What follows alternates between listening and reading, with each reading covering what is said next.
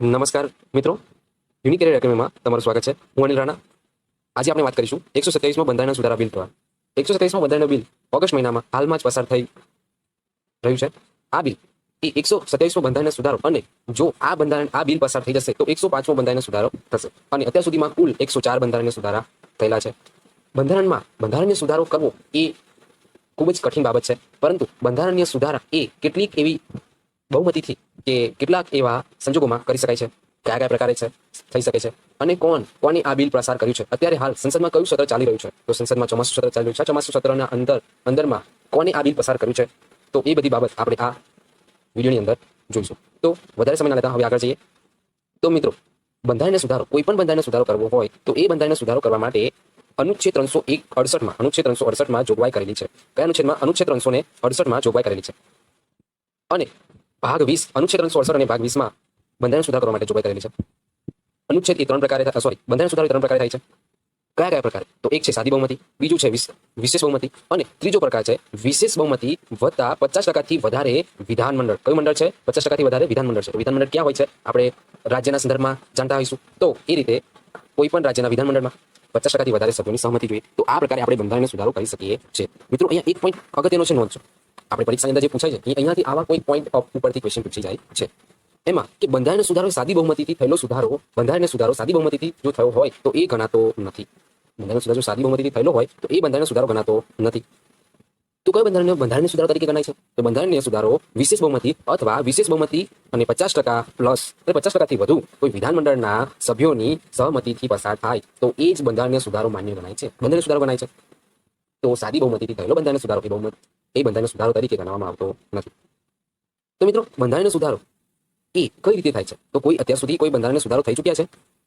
શું તમે જાણો છો બંધારણીય સુધારો? કયા બંધારણીય સુધારો કેમ થાય છે, કઈ રીતે થાય છે? તો બંધારણીય સુધારો એ પસાર કરવા માટે કોઈ ખરડો બનાવવો પડે છે, બરાબર? ત્યારે જ કોઈ બંધારણીય સુધારો થાય છે. તો અત્યારે હાલ જે પ્રોસેસમાં છે એ 127મું બંધારણીય સુધારા બિલ છે. તો આ બંધારણીય સુધારો બનશે કે નહીં બને એ આપણે આવનાર સમયમાં જોઈશું. તો બંધારણીય સુધારો કઈ રીતે થાય છે? તો કેશવાનંદ ભારતી કેસ ખૂબ જ ફેમસ કેસ છે. કેશવાનંદ ભારતી કેસ છે એ કેસમાં કોર્ટે ચુકાદો આપ્યો હતો કે બંધારણના મૂળ માળખામાં સુધારો ન થાય. તો આવો કોઈ કેસ બને છે ત્યારે બંધારણની અંદર જે કોઈ ખામી તો ના કહી શકાય, પણ બંધારણમાં જે કોઈ ફેરફાર કરવાનો હોય તો આ સુધારાના આધારે થઈ શકે છે. એટલે કોઈ કેસ એવો બનવો જોઈએ. તો એક ઉદાહરણ છે કેશવાનંદ ભારતી કેસના આધારે આ રીતે બંધારણીય સુધારો થઈ ચૂકેલો છે. તો આવા ઘણા બધા કેસીસ છે. તમે જાણતા હોય તો નીચે કોમેન્ટ સેક્શનમાં મને જણાવો.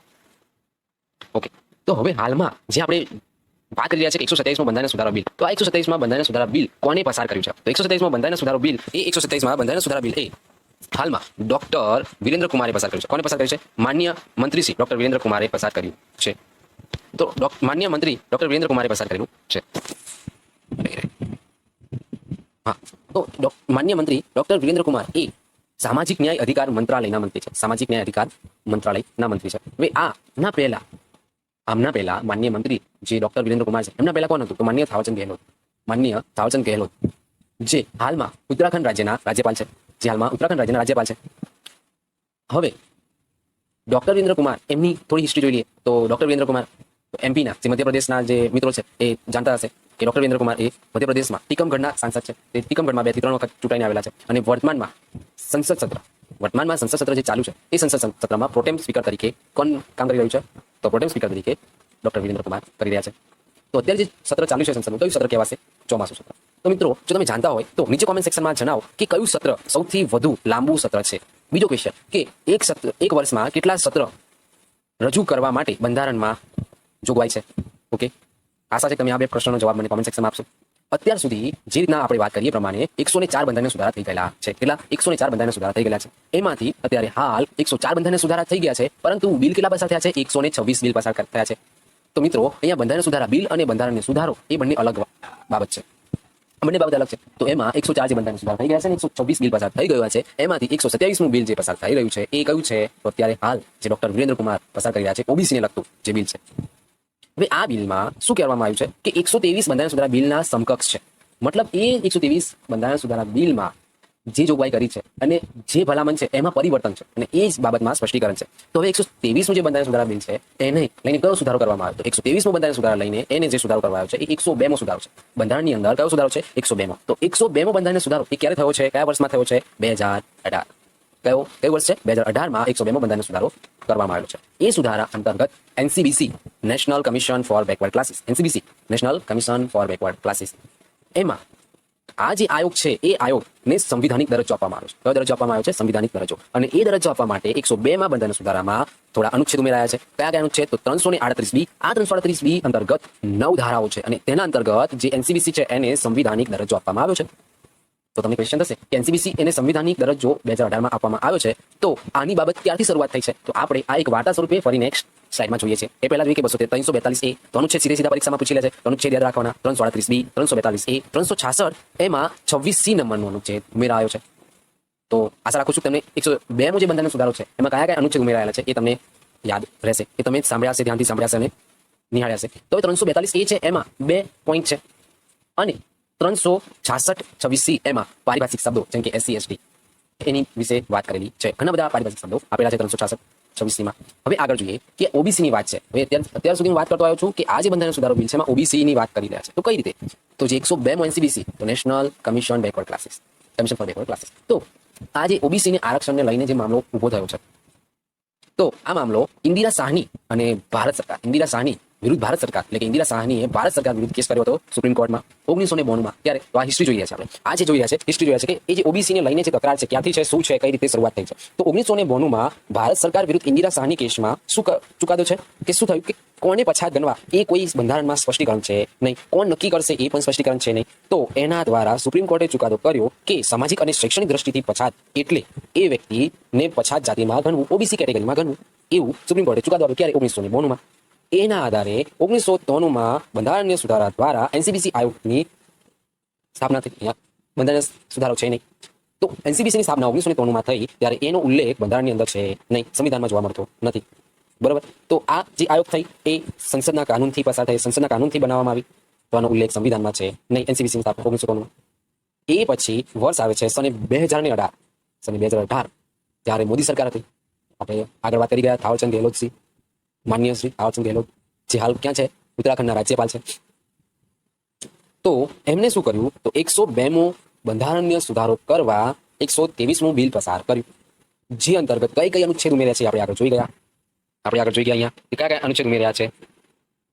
તો અનુચ્છેદ 338 બી, અનુચ્છેદ 342 એ, અનુચ્છેદ 366 26 સી એ અનુચ્છેદ ઉમેરવામાં આવે છે અને 123મું બિલ હતું.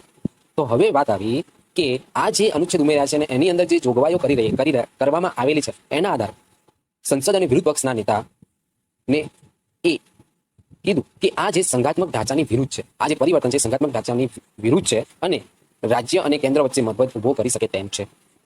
તો થાવરચંદ ગેહલોતજીએ કીધું કે રાજ્ય અને કેન્દ્ર વચ્ચે મતભેદ ઉભો થશે નહીં. તો આ બાબત છે 2018ની અને જ્યારે 102મો સંવિધાન સુધારો આવ્યો. હવે આગળ કે આ જે વાત થઈ એ પછી મહારાષ્ટ્રમાં કેસ બન્યો.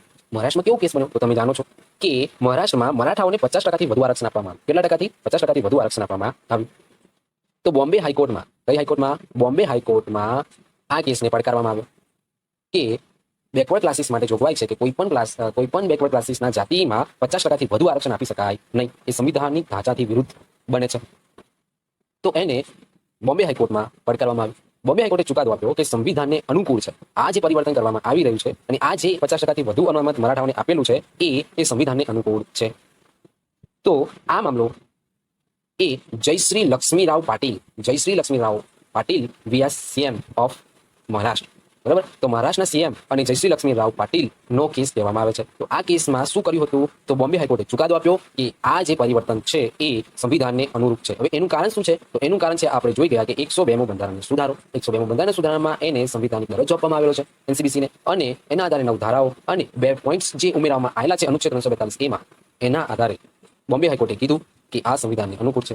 તો હવે આ મામલો એ સુપ્રીમ કોર્ટ એસસીમાં, એસસી એટલે જે જાતિની વાત નથી કરતો, supreme court SC short form, તો સુપ્રીમ કોર્ટમાં પડકારવામાં આવ્યો. તો ત્યાં આગળ સુપ્રીમ કોર્ટે શું કર્યું? તો 2 પોઈન્ટને ધ્યાને લીધા. તો 102મો જે બંધારણીય સુધારા છે એના ઉપર ચર્ચા કરી અને 50%થી જે વધુ અનામત મહારાષ્ટ્રમાં આપવામાં આવ્યું છે એના ઉપર ચર્ચા કરી.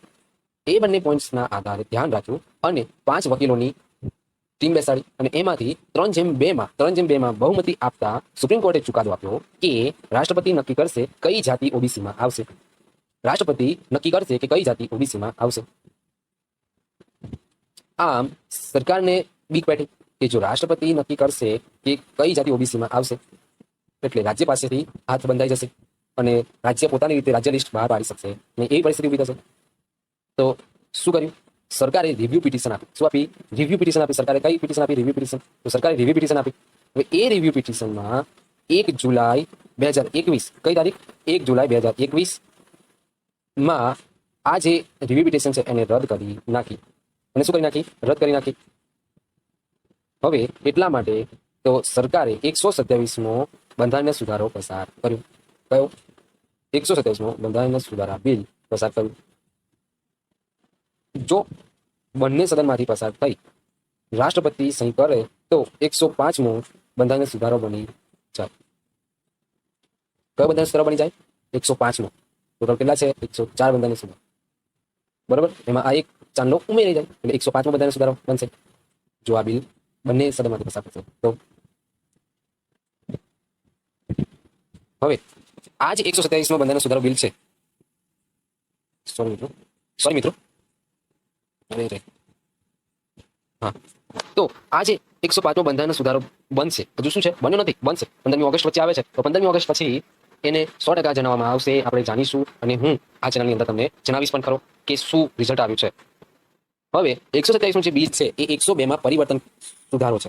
હવે 127મો જે બિલ છે એ 102માં જે સુધારો છે એમાં પરિવર્તન એટલે કે સ્પષ્ટીકરણ છે કે જે મહારાષ્ટ્રમાં મરાઠાઓને 50% પ્લસ ચુકાદો આપ્યો અને એ જે બધા પ્રોબ્લેમ થયા એના આધારે સંસદે અને સુપ્રીમ કોર્ટે ની વચ્ચે જે ચુકાદા આવ્યા એનું એક સ્પષ્ટીકરણ આપવામાં આવ્યું છે.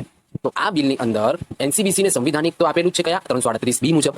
તો હવે 102ના બંધારણ સુધારા આપણે ફરી વખત જોઈએ કે 338B, 342A, 366, 26C. તો આ શું છે? અનુચ્છેદ છે. હવે એનસીબીસી એટલે national Commission for Backward classes ને સંવિધાનિક દરજ્જો 338B મુજબ આપવામાં આવ્યો છે. હવે એમાં રાષ્ટ્રપતિ જે એના સભ્યો છે એ સભ્યોને નક્કી કરશે. તો એ સભ્યોમાં એક છે અધ્યક્ષ, એક છે ઉપાધ્યક્ષ અને અન્ય 3 સભ્ય છે.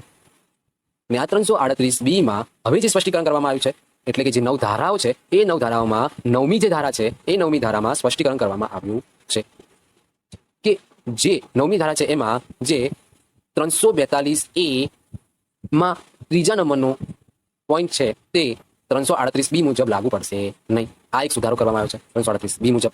હવે જોઈએ કે 342A આપણે આગળ જોઈ ગયા કે 2 પોઈન્ટ જ છે. ત્રીજો પોઈન્ટ હવે આ જે 127માં સુધારા બિલ છે એના દ્વારા ઉમેરવામાં આવશે. તો જોઈએ આપણે કે કયા કયા પોઈન્ટ છે. તો 342A મુજબ સંઘ સરકારની નોકરીમાં રાષ્ટ્રપતિ ઓબીસી જાતિ નક્કી કરશે.